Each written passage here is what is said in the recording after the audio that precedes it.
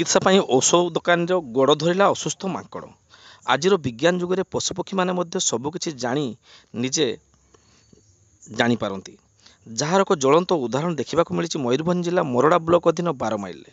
ସୂଚନା ମୁତାବକ ଆଜି ଦିନବେଳେ ଏକ ମାଙ୍କଡ଼ କ୍ଷତକ୍ତ ଅବସ୍ଥାରେ ଥିବାବେଳେ ଚିକିତ୍ସା ପାଇଁ ଉକ୍ତ ମାଙ୍କଡ଼ଟି ଏକ ମେଡିସିନ ଷ୍ଟୋରରେ ନିଜେ ପହଞ୍ଚିଥିଲା ଏବଂ ମେଡିସିନ ଷ୍ଟୋର ମାଲିକ ତରଣୀ ସେନ ମହାନ୍ତଙ୍କ ଗୋଡ଼କୁ ଧରି କ୍ଷତକ୍ତ ସ୍ଥାନକୁ ଦେଖାଇଥିଲା। ଉକ୍ତ ମାଙ୍କଡ଼ଟିର ଚିକିତ୍ସା କରିବା ପରେ ରାସଗୋବିନ୍ଦପୁର ବନ ବିଭାଗକୁ ଖବର ଦେଇଥିଲେ ତରଣୀ ସେନ।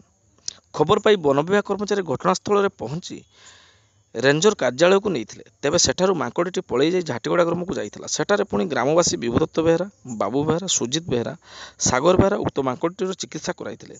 ତେବେ ମାଙ୍କଡ଼ ରୂପକୁ ମନୁଷ୍ୟ ଆଜି ରୂପାନ୍ତର ହୋଇଥିବାରୁ ଏମାନଙ୍କର ମଧ୍ୟ ମଣିଷ ପରି ବ୍ୟବହାର ସ୍ଥାନୀୟ ଅଞ୍ଚଳରେ ଚର୍ଚ୍ଚାର ବିଷୟ ପାଲଟିଛି। ସେହିପରି ମାଙ୍କଡ଼ ହେଉଛନ୍ତି ଭଗବାନ ଶ୍ରୀରାମଙ୍କ ପରମ ଭକ୍ତ, ତେଣୁ ସ୍ଥାନୀୟ ଲୋକେ ଏହାର ସେବା କରିବା ସହିତ ଖାଇବାକୁ ମଧ୍ୟ ଦେଉଥିବାର ଦେଖିବାକୁ ମିଳିଛି।